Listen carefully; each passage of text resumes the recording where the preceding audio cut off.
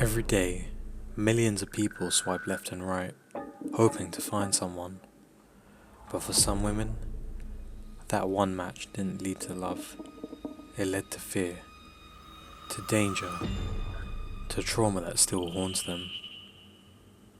These are true stories submitted by real people, and while there's no ghost or demons here, the horror, it's real. And it can happen to anyone.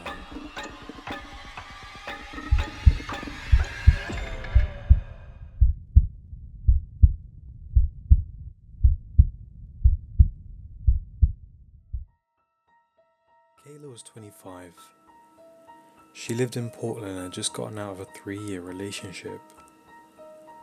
Her friends encouraged her to try Tinder, just to meet people again. She wasn't looking for anything serious, just a distraction. She matched with a guy named Marcus. Seemed normal. He had a witty bio and a couple of cute photos with a dog. He said he was a graphic designer and worked remotely. They talked for about a week and everything was going well. He wasn't pushy and didn't give off any creepy energy. But here's the first red flag. Marcus refused to video call. He said his phone was cracked, and then when she suggested to use Snapchat, he said he didn't use it anymore. Eventually, he asked to meet up. He offered to drive to her place and take her to dinner. Kayla hesitated, but agreed.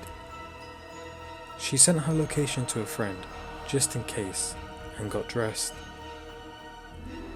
At 8 PM sharp, he pulled up in a beat-up Honda Accord. This wasn't the car in the photos, and when he stepped out, it wasn't the guy in the photos either. Kayla said he looked at least 15 years older than he did in his pictures. No dog in the car, no smile, just dead eyes. She froze. He called out, "Kayla," like nothing was wrong. She started to back away, told him she wasn't feeling it and wanted to cancel. But that's when he got aggressive. "Don't waste my time," he said. "You think I drove 45 minutes for nothing?" He started walking towards her fast. She turned and ran back to her apartment door, but he followed. He slammed his hand against the door as she got inside. She didn't sleep that night, and the next morning, he was still outside, sitting in his car, just watching. He was there the next day too, and the day after that.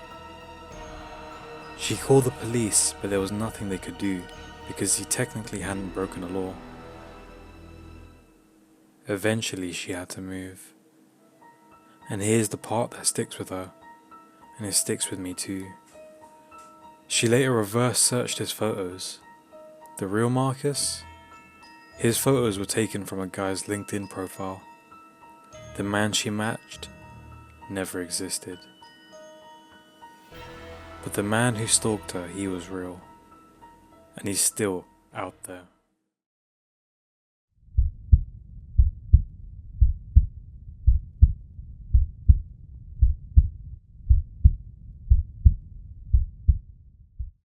Jess was 29, and she had recently moved to Colorado. She matched with a guy named Dylan. He was tall, athletic, and outdoorsy. His entire profile screamed adventure. He invited her on a weekend getaway, a hike, and then a stay at a remote cabin, 2 hours from Denver. At first she said no, but Dylan kept texting, called her spontaneous, said he respected women who weren't afraid to live a little. He made her feel boring for saying no. So she said yes, and she regrets it every single day. The drive there was uncomfortable. Dylan kept making weird turns, wouldn't let her keep her phone unlocked. When she texted her friend, he said, "Hey, you're not going to be glued to that all weekend, are you?" The cabin was in the middle of nowhere. No reception, no neighbors, just trees and silence. Inside the cabin, the bedroom door had a lock on the outside, not the inside. She noticed it right away and asked about it, but Dylan said it was to keep the animals out. That night, he drank a lot and got very handsy. When she said she was tired and tried to go to the couch, he got cold. He didn't let her leave the bedroom, and when she woke up the next morning, the door was locked from the outside. He said it was an accident, and she pretended to believe him, pretended to laugh, and played it cool. Later that day, when he was chopping firewood outside, she grabbed her bag and ran into the forest barefoot and didn't stop until she found a road. A farmer had picked her up and took her to the sheriff. When they got back to the cabin, Dylan was gone. Inside the cabin, police found multiple copies of women's IDs tucked away in a drawer. Not stolen, just collected.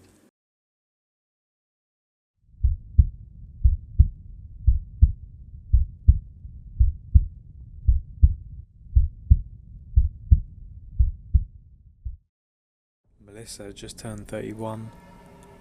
She had matched with a guy named Tom. He was clean cut and very attractive. They went out for dinner in a public place where everything felt normal.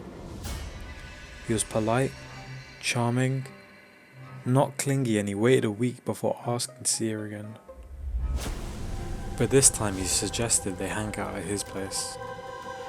"I'll cook for you," he said, "and I promise I won't murder you." Melissa laughed, but something about that line stuck with her. She went anyway, and the place, it was spotless. Every drawer perfectly organized. No personal photos, no clutter. Just white walls and silence. Dinner was great. Wine was flowing, until she asked to use the bathroom. There were no towels, no soap, not even a shower curtain. Like the bathroom wasn't used ever. Then she noticed something else. A padlock on the outside of the bedroom door. A small camera, barely visible, mounted above the hallway.